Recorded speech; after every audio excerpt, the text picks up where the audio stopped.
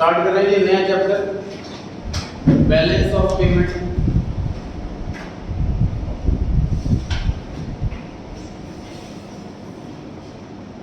देखिए balance word indicate कर रहा है कि सर हम दो चीजों को कंपेयर कर रहे हैं, फिर उसके बाद हम बैलेंस निकाल रहे हैं। इस चैप्टर में हम जितनी भी अदर कंट्रीज से डीलिंग हो रही है, अदर कंट्रीज से डीलिंग का मतलब हम कोई इन्वेस्टमेंट कर रहे हैं फॉरेन में तो पैसा जा रहा है, फॉरेनर्स हमारे इन्वेस्टमेंट कर रहे हैं तो पैसा आ रहा है, इंपोर्ट कर रहे हैं तो गुड्स आ रहे हैं, एक्सपोर्ट कर रहे हैं तो गुड्स जा रहे हैं। मतलब जितनी भी सारी डीलिंग है वो सारी की सारी हमें पेपर पे लिख देनी है, रिसीट अलग और पेमेंट अलग। फिर इसका जो बैलेंस निकलेगा, बैलेंसिंग फिगर निकलेगा, उससे पता लगेगा कि पैसा ज्यादा आया या पैसा ज्यादा गया। ये कैलकुलेशन इसकी टर्मिनोलॉजी सीखने वाले हैं चैप्टर के अंदर बैलेंस ऑफ पेमेंट। चैप्टर की जो हेडिंग है बैलेंस ऑफ पेमेंट, उसमें आगे लिखे एंड फॉरेन एक्सचेंज रेट। जो आपको नोट्स मिले हैं उसमें हेडिंग में लिखा हुआ है बैलेंस ऑफ पेमेंट। माने नोट्स में आपके बैलेंस ऑफ पेमेंट लिखा हुआ है, वहां पे लिख लें एंड फॉरेन एक्सचेंज रेट।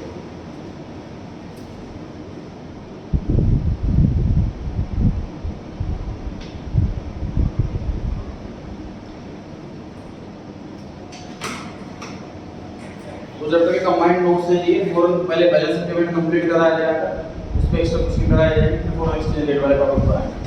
तो छोटे छोटे टॉपिक हैं जनरली प्राइवेट बुक्स हैं, उसके अंदर अलग अलग चैप्टर दिया होता है, उसको पढ़ते हैं जी बात। The balance of payment is a comprehensive and systematic record of all the economic transaction between normal resident of a country and rest of the world during an accounting year. सारी calculation जो year के हिसाब से होंगी, इस year की अलग, next year की अलग, मतलब balance of payment yearly calculate किया जाएगा। इंडिया में जितने भी लोग रह रहे हैं वो फॉरेन से कोई भी डीलिंग कर रहे हैं, सामान ला रहे हैं या लेके आ रहे हैं या लेके जा रहे हैं, इंपोर्ट है एक्सपोर्ट है या लोन ले रहे हैं, सबका सब रिकॉर्ड किया जाएगा इसके अंदर, जितनी भी डीलिंग बेसिकली फॉरेन से हो रही है। In other words, BOP मतलब balance of payment is a record of inflow and outflow of foreign exchange. Inflow भी लिखा जाएगा, outflow भी लिखा जाएगा। Account of balance of payment दो अकाउंट दिखा रखे हैं सर, करंट अकाउंट और कैपिटल अकाउंट। तो समझ लीजिए कैपिटल अकाउंट जो है, कैपिटल कैसे निकलती है, फॉर्मूला हम टोटल पे सीखा है, एसेट माइनस लायबिलिटी। तो जो भी एसेट और लायबिलिटी वाली आइटम है वो कैपिटल अकाउंट में आने वाली है। और हमने पार्टनर्स कैपिटल अकाउंट में सीखा है करंट अकाउंट मेंटेन करना। उसमें क्या होता है, करंट ईयर की जितनी भी इनकम है, उनको इंटरेस्ट मिल रहा है, प्रॉफिट मिल रहा है, इंटरेस्ट और चार्ज हो रहा है, मतलब इनकम और एक्सपेंस जो हो रहे हैं वो करंट अकाउंट में आता है।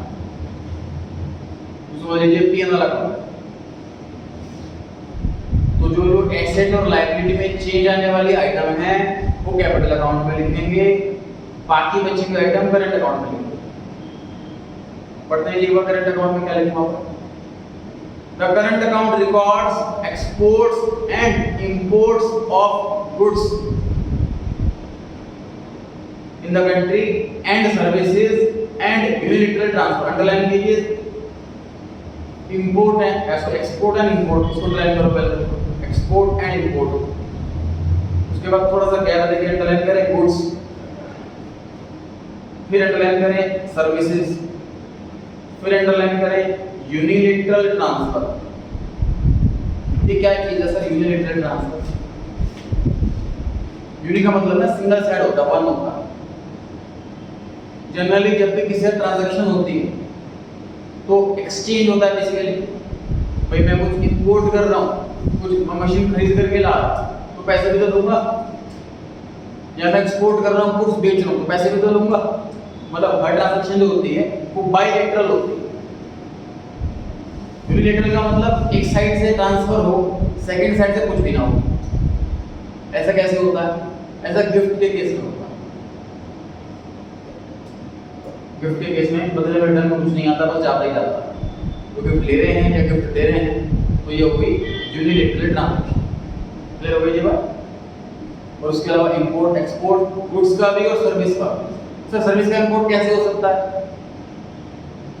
सब जैसे किसी वीडियो कॉल पे से बाहर के स्टूडेंट का इंडिया में टीचर वीडियो कॉल पे पढ़ा रहा है। बिल्कुल सर, फॉरेनर जो टीचर है वो वीडियो कॉल पे पढ़ा रहा है। इसमें खुद पढ़ाता हूँ जी। tutor.com एक वेबसाइट है। यूएस में जो सिस्टम होता है उसमें ट्यूशंस का सिस्टम नहीं होता, मतलब कोचिंग सेंटर्स नहीं होते। उसमें बच्चे स्कूल्स में कॉलेज में पढ़ते हैं और अगर उन्हें कोई डाउट्स वगैरह आते हैं तो वो ऑनलाइन वेबसाइट पर लॉगिन करके सब्सक्रिप्शन लेकर के टीचर से चैट के थ्रू वो डाउट डिस्कस करते हैं। डाउट वगैरह उसकी पिक क्लिक करके सेंड कर देते हैं और फिर डिस्कशन चलता है। उस वेबसाइट में मैं पढ़ाता हूँ। तो ये जो अभी फॉरेन एक्सचेंज हो गई, ये सर्विस मैं एक्सपोर्ट कर रहा हूँ, समझ पा रहे हैं? सर्विस का एक्सपोर्ट हो गया। उसी तरीके से सर फॉरेन में जैसे कि पॉपुलेशन कम है तो ह्यूमन जो रिसोर्स है वो बड़ा महंगा है। इंडिया में जो नाइट शिफ्ट की जॉब होती है वो सारी की सारी फॉरेन कंपनियां एमएनसी कंपनियां क्यों हैं?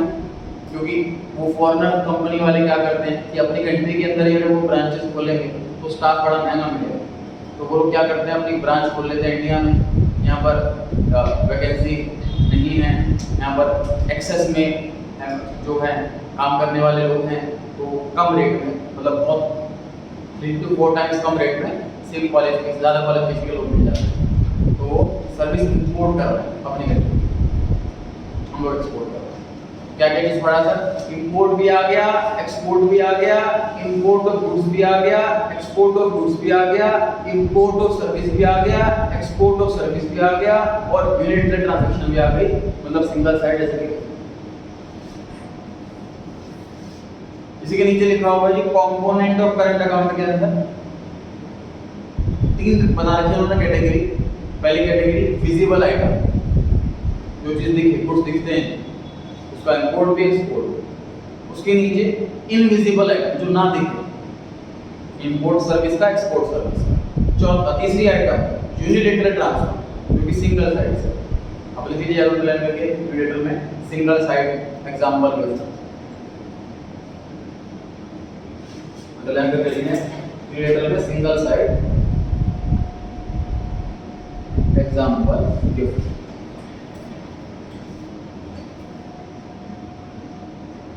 इसके अलावा कोई एग्जांपल हो सकता है? इसके अलावा जैसे ये फ्रेम को और बनने की हेल्प करती है। हाँ बिल्कुल। कैपिटल अकाउंट की कैटेगरी पढ़ते हैं।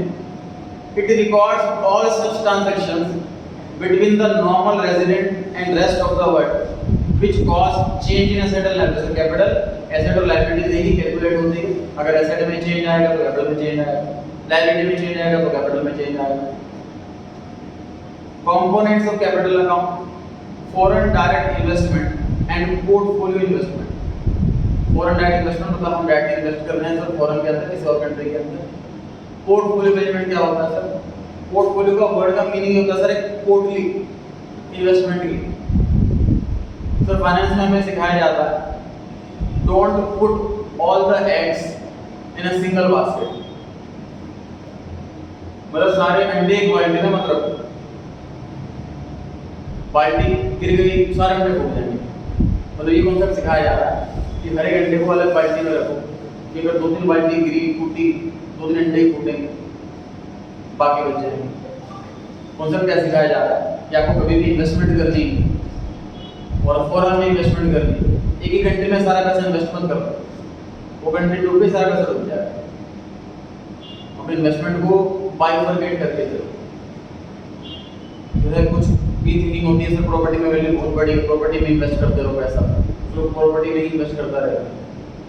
10 साल से प्रॉपर्टी की वैल्यू 1 रुपये नहीं बढ़ी देंगे, 10 साल से।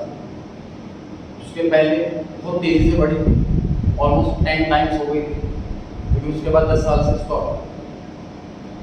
तो हमें बाइफरकेट करके रखनी होती है, थोड़ी इन्वेस्टमेंट कहीं, थोड़ी इन्वेस्टमेंट कहीं, कुछ एफडी में, कुछ प्रॉपर्टी में, कुछ एलआईसी में, कुछ शेयर्स में। तो पोर्टफोलियो मैनेजमेंट में क्या पॉइंट देना चाह रहे हैं यहाँ पर कि हमने किसी जैसे 5-6 कंट्री में इन्वेस्टमेंट कर रखी है और हमें लग रहा है कि इस वाली कंट्री ज़्यादा प्रॉफिट है, तो वहाँ बढ़ा दिए, यहाँ घटा दिया। तो ये भी एसेट लायबिलिटी इंक्रीज डिक्रीज हो रही है और फॉरेन में ट्रांजैक्शन हो रही है, तो कैपिटल अकाउंट के अंदर ही आ रहा है। फॉरेन लोन दे रहे हैं या लोन ले रहे हैं। Change in foreign exchange reserve में पढ़ेंगे डिटेल में। The component of current account do not cause a change in asset and liability. Sir asset and liability में चेंज आए तो कैपिटल अकाउंट वाले में लिखा जाता है, करंट अकाउंट वाले में।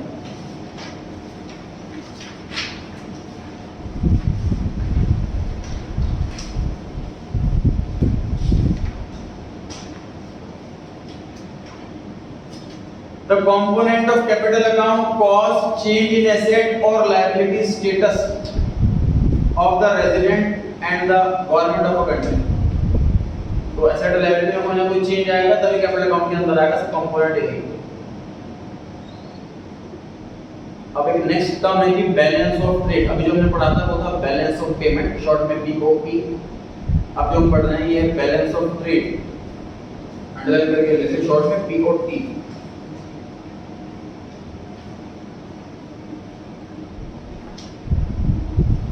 ट्रेड वर्ड का मीनिंग होता है sir buy and sell. Trade word का मीनिंग बाय एंड सेल, खरीदना और बेचना।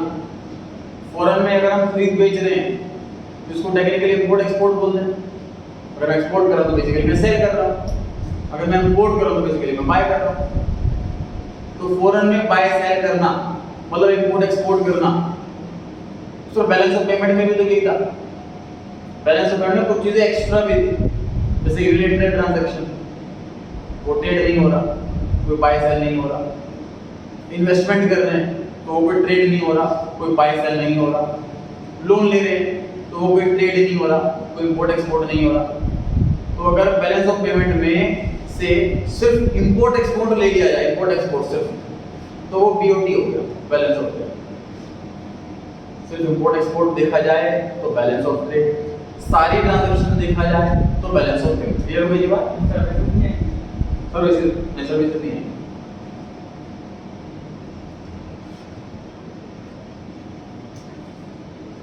BO balance of trade is the net difference of import and export of all visible item।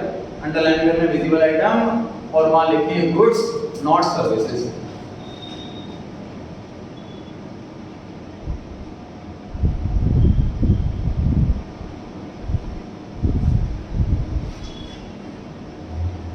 Between the normal resident of a country and rest of the world। rest of the world का मतलब है कोई भी country में हो रही हो transaction तो इसी के अंदर है।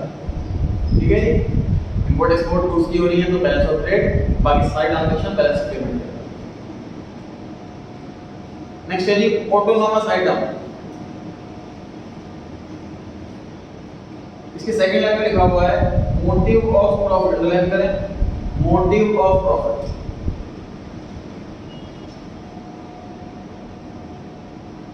अंडरलाइन करें motive of profit.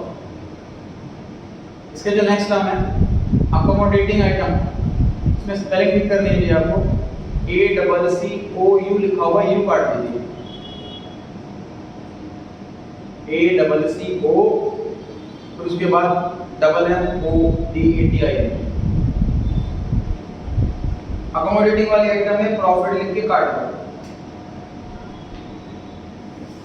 Next term है अकोमोडेटिंग, इसमें प्रॉफिट लिख करके कट करो।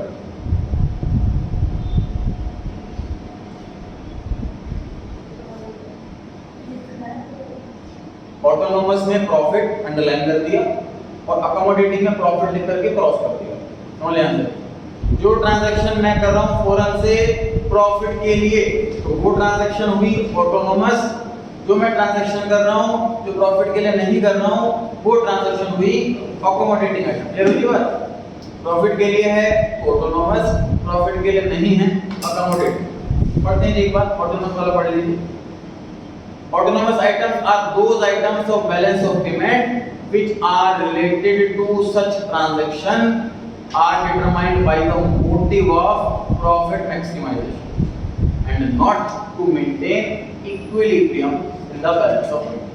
बैलेंस बराबर हो जाए, पैसे ज्यादा जा रहे हैं कम आ रहे हैं, इसको ठीक करने के लिए कोई सॉल्यूशन निकालने के लिए हम कोई लेन देन कर रहे हैं, ऐसा कुछ भी नहीं, सिर्फ प्रॉफिट की वजह से कर रहे हैं तो ऑटोनोमस है। अब आप द लाइन आइटम भी कहते हैं इसको। Next accommodating item refers to the transaction that take place because of other activity in balance of payment. Other का मतलब ऊपर वाले को छोड़कर, प्रॉफिट मोटिव को छोड़कर. These transactions are meant to restore the balance of payment identity. These items are generally below the line items. Above the line profit वाली मतलब autonomous, below the line जो profit के लिए नहीं है मतलब accommodated.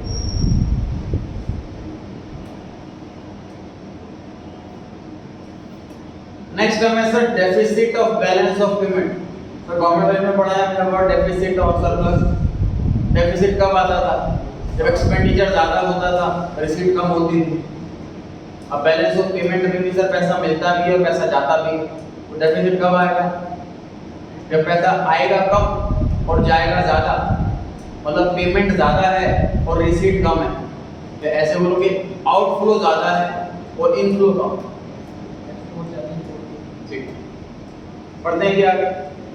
When total inflow of foreign exchange on account of autonomous transaction are less, inflow कम है, then total outflow on account of such transaction, outflow के मुकाबले inflow कम है, तो ऐसे केस में हम इसको डेफिसिट बुलाएंगे.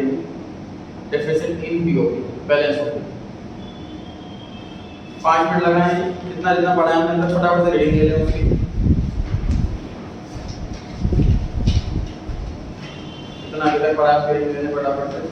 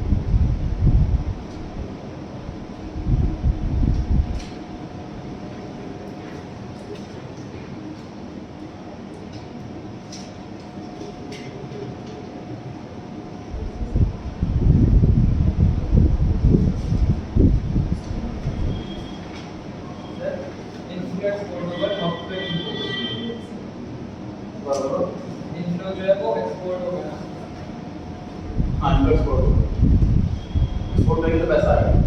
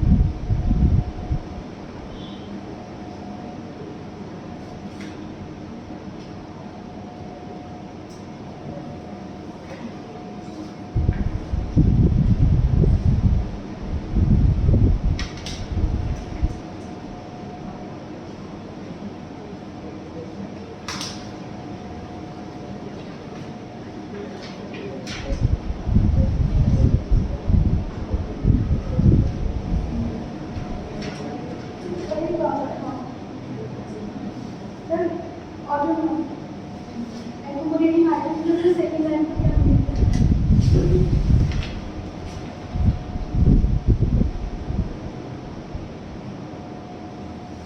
These transactions are meant to restore the balance sheet identity. मैंने बताया कि जो पैसे मान लीजिए बहुत कम आ रहे हैं, ज़्यादा है, तो पेमेंट करेंगे कहाँ से हम? पैसा होना चाहिए, तो उसको बैलेंस करने के लिए हमने लोन ले लिया ताकि वो बराबर हो गया। ऐसे ट्रांजेक्शन अकोमोडेट किए, वो प्रॉफिट मोटिव के लिए भी लिया लोग, है ना?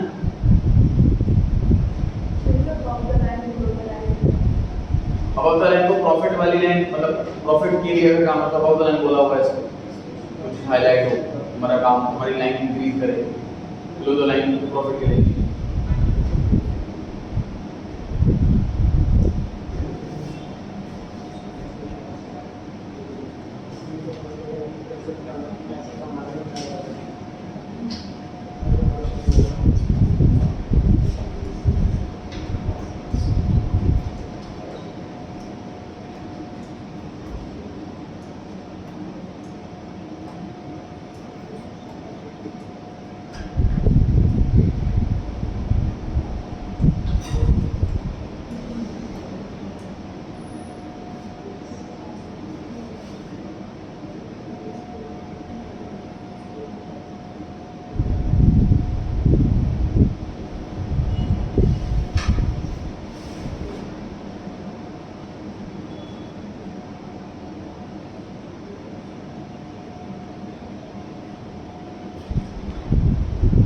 सभी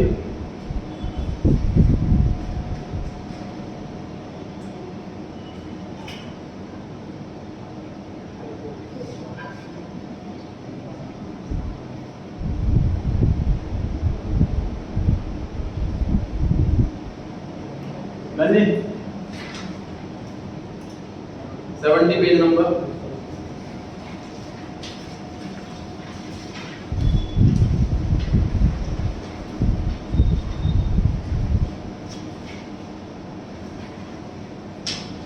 क्वेश्चन 1 के ऊपर एक लाइन लिखी हुई, read the following headline and answer the question number 1 and 2. Rupee settles 6 पैसे down at 31.34 against US dollar. मतलब मैं 31.34 रुपीस दूंगा तो मुझे $1 मिलेगा। जब फॉरेन एक्सचेंज स्टार्ट हुआ था यूएस का इंडिया का, तो $1 और $1 बराबर, डिमांड डॉलर की बढ़ती रही, रुपए की घटती रही, ₹2 $1 के बराबर, ₹3 $1 के बराबर, अब 71 रुपये $1 के बराबर। 71 रुपये बराबर $1, इसमें कौन ऊपर हुआ? डॉलर ऊपर हुआ, है ना? 71 रुपीस मतलब देंगे तो $1 मिलेगा, तो रुपीस की वैल्यू कम हुई, मतलब समझ पा रहे हैं आप? और ये हेडलाइन कह रही है कि 6 पैसे और कट गया, मतलब पहले 71.40 था, सॉरी 28 था, 71.28 पैसे की वैल्यू घटी है ना, ज़्यादा पैसे देने पड़ रहे हैं ना, समझ आ रही है बात? अगर रुपी सेटल डाउन हो रहा है, मतलब रुपये की वैल्यू डाउन हो रही है, तो मतलब पैसे ज़्यादा नहीं पड़ेंगे ना। पहला क्वेश्चन पढ़ेंगे, the above news implies that the rupee has dash against the US dollar, depreciate हुआ है।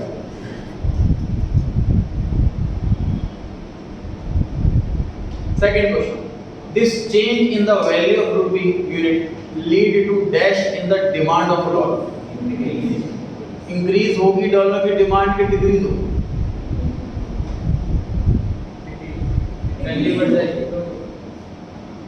ध्यान से देखें,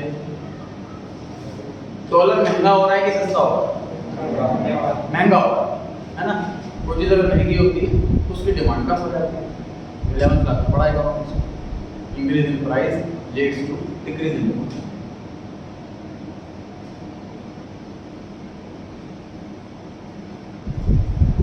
फोर्थ क्वेश्चन पर आइए इसके बाद,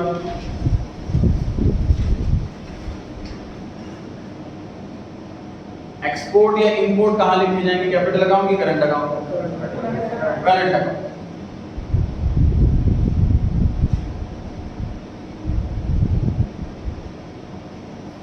इसके बाद 7th क्वेश्चन पर आइए।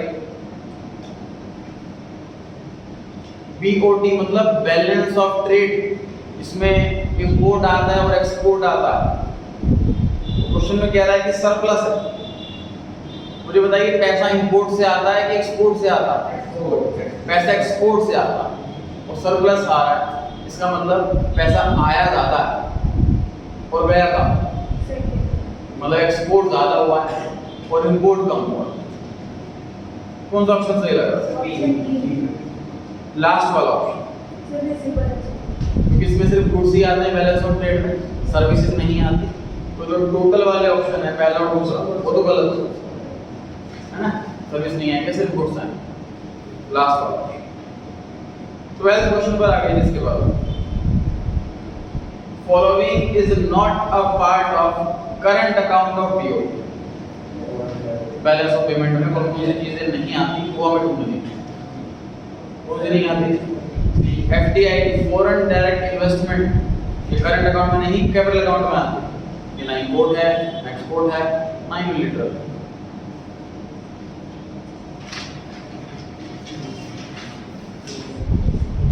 Thirteen question, balance of trade में डेफिसिट है 400 रुपए, विजिबल इंपोर्ट है 1200 रुपए, तो विजिबल एक्सपोर्ट कैलकुलेट करके बता। सिंपल सी बात, जो आगे खाली जगह है फॉर्मूला लिख दो।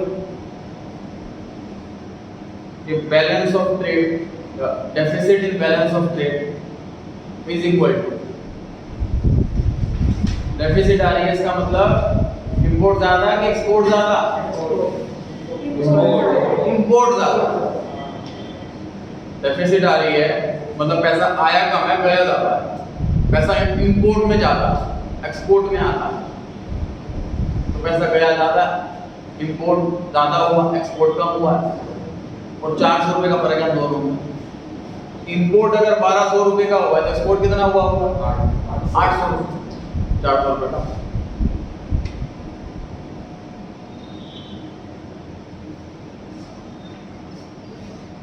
सर बैलेंस ऑफ ट्रेड में सिर्फ और सिर्फ विजिबल इंपोर्ट एक्सपोर्ट लेते हैं, जबकि बैलेंस ऑफ पेमेंट में इनविजिबल वाले भी लेते हैं, यूनिलैटरल वाले भी लेते हैं, कैपिटल अकाउंट एसेट लायबिलिटी वाले भी लेते हैं। क्वेश्चन नंबर 14 कह रहा है कि अगर बीओटी में सरप्लस है, बीओटी में सरप्लस का मतलब एक्सपोर्ट ज्यादा कि इंपोर्ट ज्यादा? एक्सपोर्ट ज्यादा। तो इसका मतलब बीओपी में भी सरप्लस आएगा, पक्की बात, ऐसा कह रहा है जी क्वेश्चन। सही है गलत है बताइए? गवर्नमेंट बजट में भी ऐसे क्वेश्चन किया था, याद कीजिए कि अगर रेवेन्यू डेफिसिट है तो पक्का फिस्कल डेफिसिट भी होगा, ऐसा क्वेश्चन किया हमने। ट्रू था कि फॉल्स था उसका आंसर? फॉल्स था। सरप्लस डेफिसिट का मतलब जरूरी नहीं है फिस्कल डेफिसिट भी हो, कैपिटल एक्सपेंडिचर में अप एंड डाउन हो सकता है, कुछ भी हो सकता है। सेम आंसर यहाँ पर है कि अगर बीओटी में सरप्लस है, एक्सपोर्ट ज्यादा है इंपोर्ट कम, इसका मतलब ये नहीं कि बाकी जगह में सरप्लस ही होंगे, तो बीओटी में भी सरप्लस आए ऐसा जरूरी नहीं है। फॉल्स हो गया।